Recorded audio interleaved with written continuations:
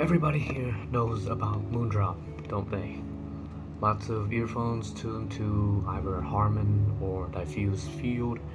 Add a generous dollop of anime girl packaging, and you've got yourself a recipe for success.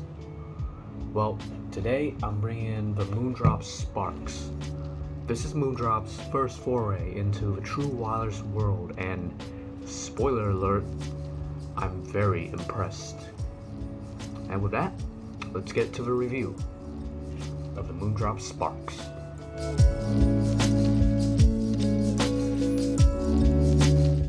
So, I got the black version of the Sparks, which comes with this sort of kind of box design. It comes with its own anime girl mascot, of course. Seems to be a witch of some sort, with a lot of assets. Very nice. Sliding it out, you get an inner box. Opening it, you can see the case and the Sparks themselves. Underneath that, you got a bunch of papers. You get instruction manuals, both in English and Chinese. You got some quick start guides as well as the warranty card. Here's the QR code for the Moondrop Link app. Personally, it didn't work for me, but nowadays you can just download the app on the Google Play Store or just contact their customer support and they'll give you the app itself. You also get another box.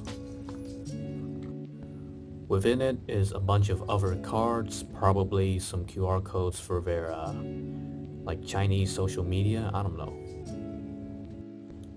You're also getting these tips. One is more sort of cone shaped and the other is more rounded looking.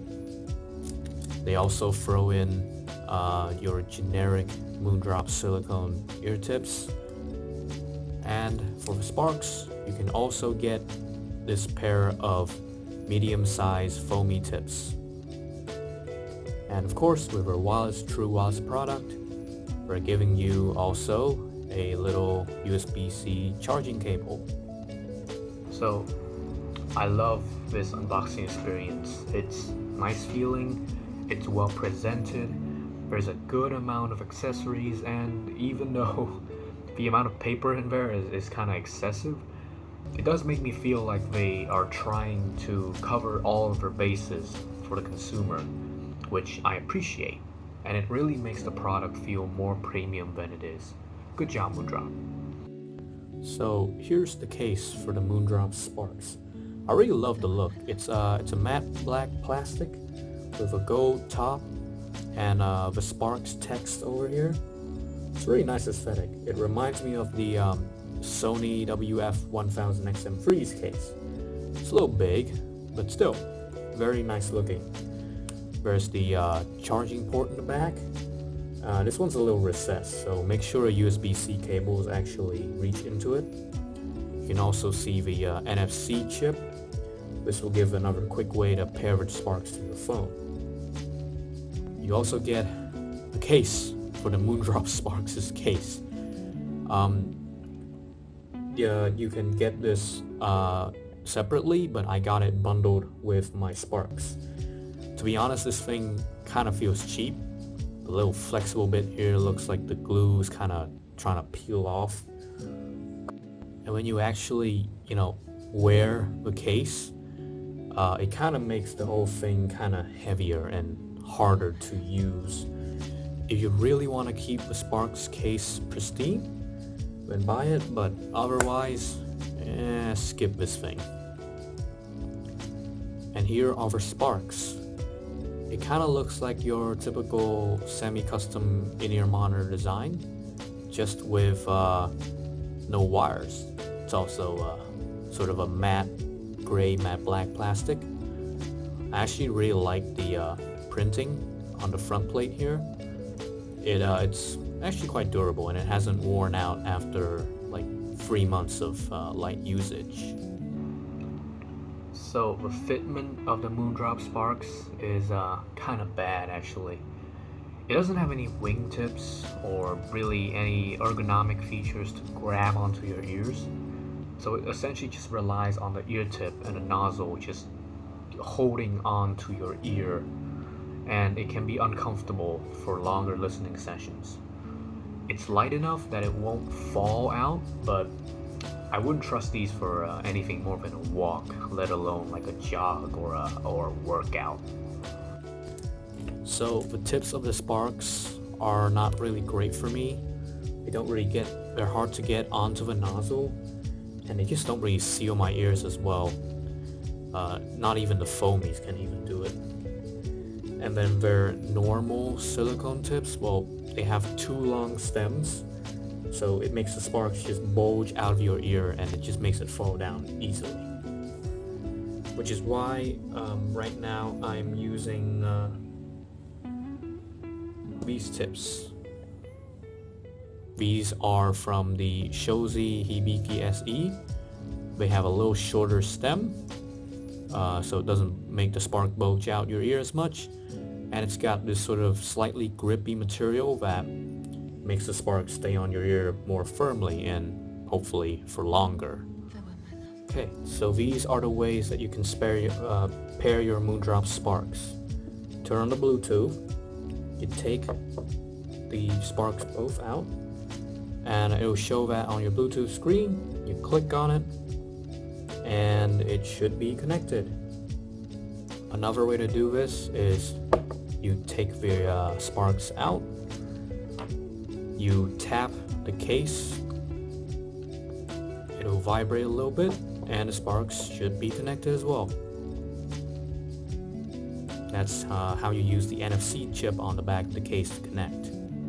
So it takes about an hour to charge the Moondrop Sparks' case, and you get an advertised 8 hours of listening for the Sparks with I think another 6 charges out of the case. So I've never really ran down the battery on the Sparks because I just don't use true wireless IEMs on such long sessions. But the longest I got was about 4 hours, and by that point my phone said the Spark still had 50% battery left, so it's more or less as advertised, I would think. So the Spark's touch controls are pretty responsive, and the touch areas are easy to reach. They do have aptX adaptive support, no LDAC, but yeah, aptX adaptive is pretty fine, I guess. As for other features, the Sparks doesn't really have much. It doesn't have a transparency mode, it doesn't have ANC, heck, it isn't even waterproof. So, you know, pretty much just a music-centric, true wireless IEM. There's a Moondrop Link companion app which lets you remap the touch functions as well as do some EQ, updating the firmware of the Moondrop Sparks as well, but I won't be messing too much with that. So the mic quality of the Sparks is pretty much in line with other true wireless offerings, as in it's serviceable, but it's not great. Callers say that my voice is a little muffled and muted when using the Sparks to call. It'll do in a pinch, but I wouldn't discuss any important business meetings on it. The microphones of your smartphone that you use to call usually are probably going to be infinitely better than this. A special note about the volume. Usually, I think most true wireless IEMs, they just don't get as loud as wired sets. But the Sparks volume, I think right now, is just enough. And they did increase my volume as per my suggestion for the 1.1.9 firmware. If, however, you feel that the volume is still small, I can sympathize, and I have a trick to force the Bluetooth chip of the Sparks to get to the max amplification for the driver in Sparks, and it will remove the sort of software sound clipping that a Bluetooth chip makes when you only set the software volume on your phone to max for the Sparks. If you're interested in that, there's going to be more of that at the end of the video. And for listening prerequisites, since Moondrop is updating the sound of the Sparks with their firmware, I can only give you my thoughts on the current iteration of the firmware I'm using. and I'll be listening to the firmware 1.1.9 with the stock or balanced EQ preset in the Moondrop Link app. And with that, let's get to the part that you'll want. It's the sound. So with the Sparks, you're getting a decent quantity of bass here. It's soft in texture and just about enough for me. In previous firmwares, I would say it's a little weak, but with this recent 1.1.9 iteration, it's just right in the amount, and it gives some actual rumble to the Sparks. The decay is relatively dry and quick, but the slam is adequate, though I would say it's limited by the fact that it's still a pretty small driver within the Sparks itself. This 1.1.9 update also adds a bit more mid-bass to the Sparks, but it's done well enough that it doesn't really bleed into the mids, and it gives you that extra warmth in your music that I think makes it much nicer than the older firmware iterations. Moondrop being Moondrop, the mids here are very competently done. Dare I say, really good even, because it's got the tonality down just right, if a little thin at times. Vocals have this sort of effervescent feeling. It's not overbearing, but it's also very sweet and soulful. The biggest downside for these mids is perhaps the shout.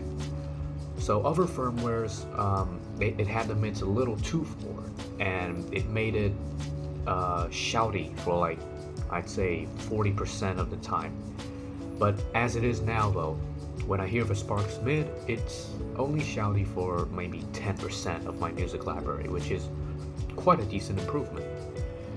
The only thing that I'd really want more from these mids is perhaps their texture.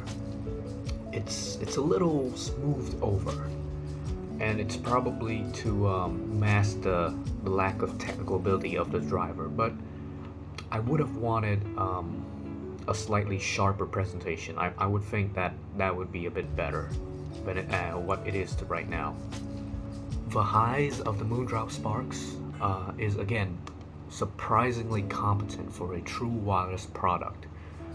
Often I would see, other true wireless sets either just completely skip over the treble range or make it incredibly sibilant, glaring, and piercing. Not here though. I don't know if it's because of the beryllium coated driver or not, but there's this extra feeling of clarity with your songs on the Sparks. And whilst air is only average, it is actually quite impressive for a true wireless product. I never found the Sparks muffled or overly bright, which in this true wireless industry where tuning is literally everywhere, the Sparks getting it right is an achievement in and of itself. The soundstage width of the Sparks is just average, as well as the soundstage height. It's sufficient, but it's nothing special. However, the Sparks does have surprisingly good technicalities. For such a small driver, single dynamic true wireless thingy, it has really good separation and imaging, and a decent dynamic range as well. If anything, the tuning coupled with this pretty good technical abilities means that I think that it may have more resolution and even separation than even the Moondrop Aria. But even so, the technicalities is ultimately average when compared with the wired world of earphones. And for the same price, you'll probably be able to find more technically proficient sets. But of course, for a true wireless set, this is really good. So if we're comparing between the Moondrop Sparks and the Samsung Galaxy Buds Plus, in terms of features, the Samsung offering handily beats the Sparks. It's got better comfort, it's got a tighter fit from the wingtips, it's got water resistance, it's got a transparency mode, it's got tighter integration with Samsung devices, it's got longer battery life, built-in volume control, and the app is definitely better made than the Moondrop Link app. However, if we're talking about sound, the Sparks, I think, are a better Galaxy Buds Plus. The Sparks, basically the Buds Plus, it has a bit more bass presence, but it ends up bloating the sound more than the Sparks. But the Buds Plus also have mids that tend to turn grainy and shouty, and it tends to do that a lot more often than the Sparks does. Even things like technicalities, I feel like the Sparks is just one step above the Buds Plus. And the Buds Plus, they get almost loud enough, but not there, whilst the Sparks get decently loud with a bit of headroom for you to increase the volume if you need it. These two sets, I think, are roughly the same price, so you're basically faced with the choice between whether or not you prioritize sound quality or do you prioritize features in your true wireless IM. So that's gonna be up to you for what you want. For their first entry into the true wireless segment, I expected Moondrop to either make a worse product than the traditional competitors in this industry, or they might just flop. But not at all, actually. The Sparks is indeed lacking a lot of features compared to other true wireless offerings, but it makes up for that with some of the best true wireless sound performance I've heard, at a relatively affordable price as well. To beat this kind of sound on true wireless stuff, I could probably only think of like buying a traditional detachable wired IEM and stick some like true wireless Bluetooth modules on them, which would probably be more expensive and bulkier than the solution like the Sparks. So if you just want a true wireless set that prioritizes sound quality above all, even sacrificing some features, I can totally recommend you the Sparks. And I gotta say, Moondrop really nailed it on their first attempt. Good job, Moondrop. It looks like we've come to the end of this review. So about that volume increase trick, well, this video is already a bit long, so I'm going to put a link to the volume increase trick in the description. I will also put the links to my website where you can look at some more written reviews of other earphones. There's also some art on there, as well as in the about page you can see some ways to donate to me. So if you want any, you want these reviews to come out faster, or you want me to get the money to actually buy the stuff to bring in for review, you can support me there. And this is my first true wireless earphone review, so if there's anything you would have wanted me to cover, drop some comments, give me some suggestions, leave a like, subscribe, and otherwise, thank you for watching, and I hope to see you the next time. Peace.